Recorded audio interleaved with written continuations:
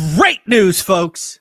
This is the best weekend to buy real estate. We're going to have this conversation with the top 1% agent in the country, and we're going to talk about why this weekend right here is the best weekend to buy real estate. Beth, how you doing? Hey, I love that intro. Thank you, Michael, and One Real at a Time community. Great to be back here. Thank you. Yeah, so I'm excited about this weekend.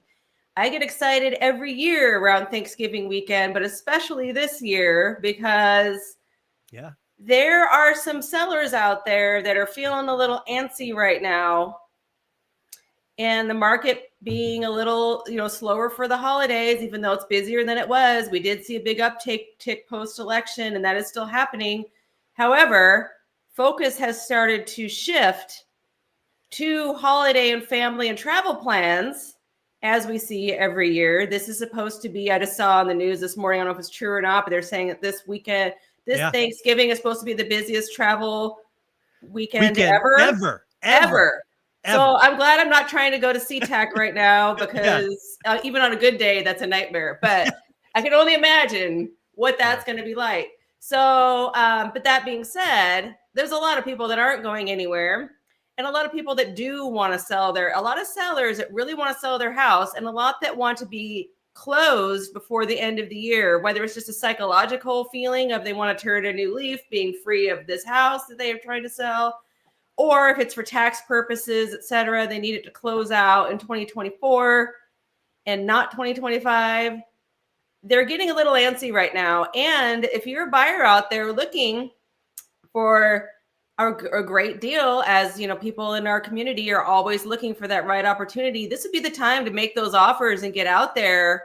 I mean, you want to feel it out a little bit first. Like I've talked about in my other videos, you want to call or have your agent call the listing agent, find out what the story is. Mm-hmm. You want to try to sift through it to make sure you're taking the time to go after the appropriate deal, right? And no bad deals ever, right? Like we don't believe in ever just buying to buy, but this could be a time that you could find people who are maybe willing to give better credits, better price. How about both? Ask for credits and a lower price. Get the terms you want. Maybe even some seller finance out there. There's opportunity when others are distracted. You see it? I believe in it. It's been one of my best strategies. Some of the best deals I've ever had came from, I got one when it was a snowstorm and a deal flipped. A deal died. Nobody else could get there. I got there, got the deal under the exact terms I wanted, which were great for me. It's been a wonderful investment. Still have it. So I'm just saying, if you're traveling, if you know your buy box well enough, you might be able to spot some deals and get them under contract, and then do your inspections, walkthroughs, etc. After. Do it after. Yeah. There's so much wisdom, and again, I think this weekend could be the best weekend to get deals done in the last several decades for lots of reasons. So first, kind of historical context. A couple of years ago, I went through all of our purchases, at least up until that date. And it's shocking to see that something like 60 or 65% of our deals were bought between Halloween and New Year's Day. Interesting. Because again, I like great deals, and the best way to get great deals, to your point, is when other people are distracted, and holidays always distract people.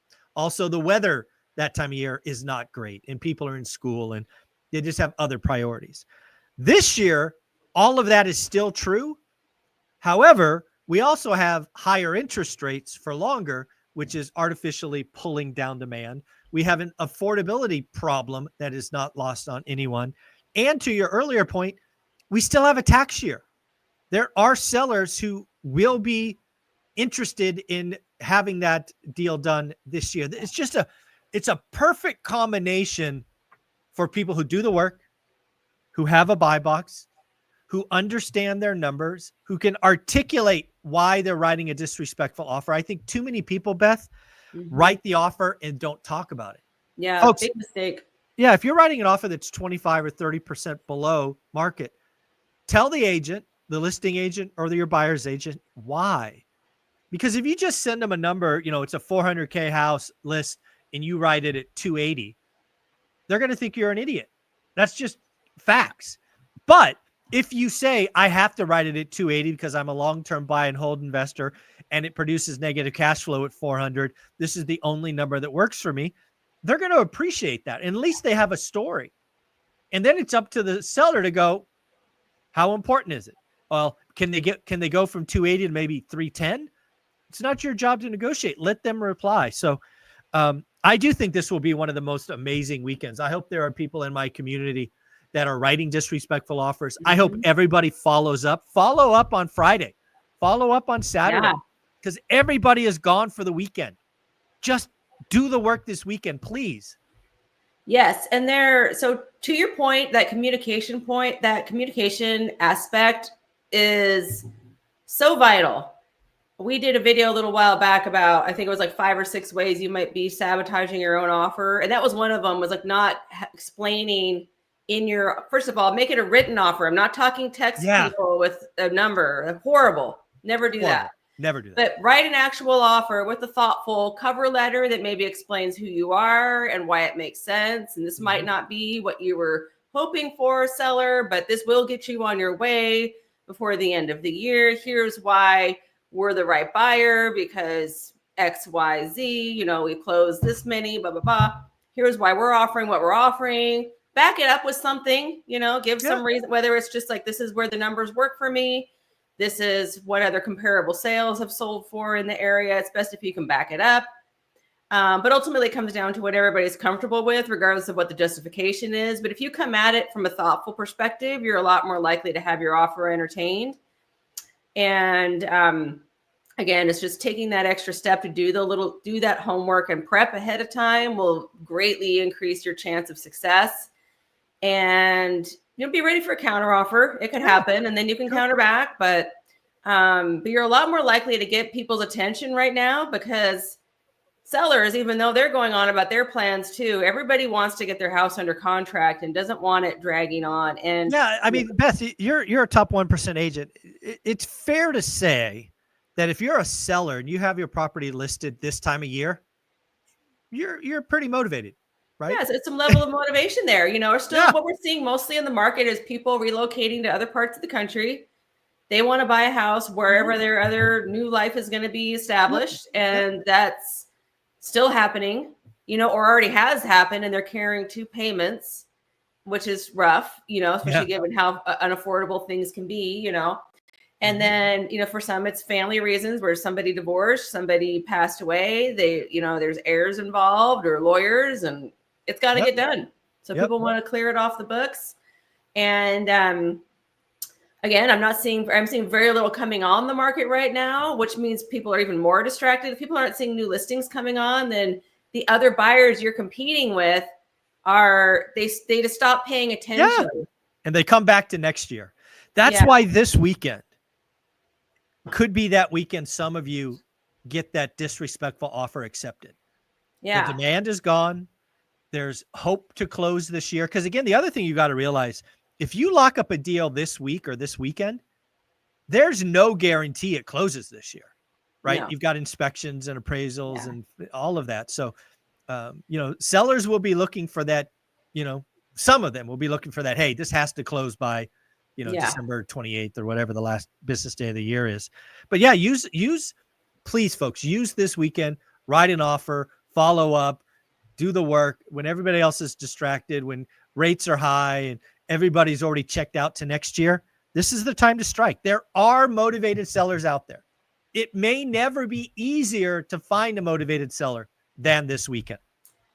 It's far easier to sift through everything at a time of year like this, where you can see what's been on the market. It's been on the market longer. You can check and see the price history and if it's gone on and off the market. The best ones are if there's been price reductions a long time on the market. It's going to depend on your market, what that is.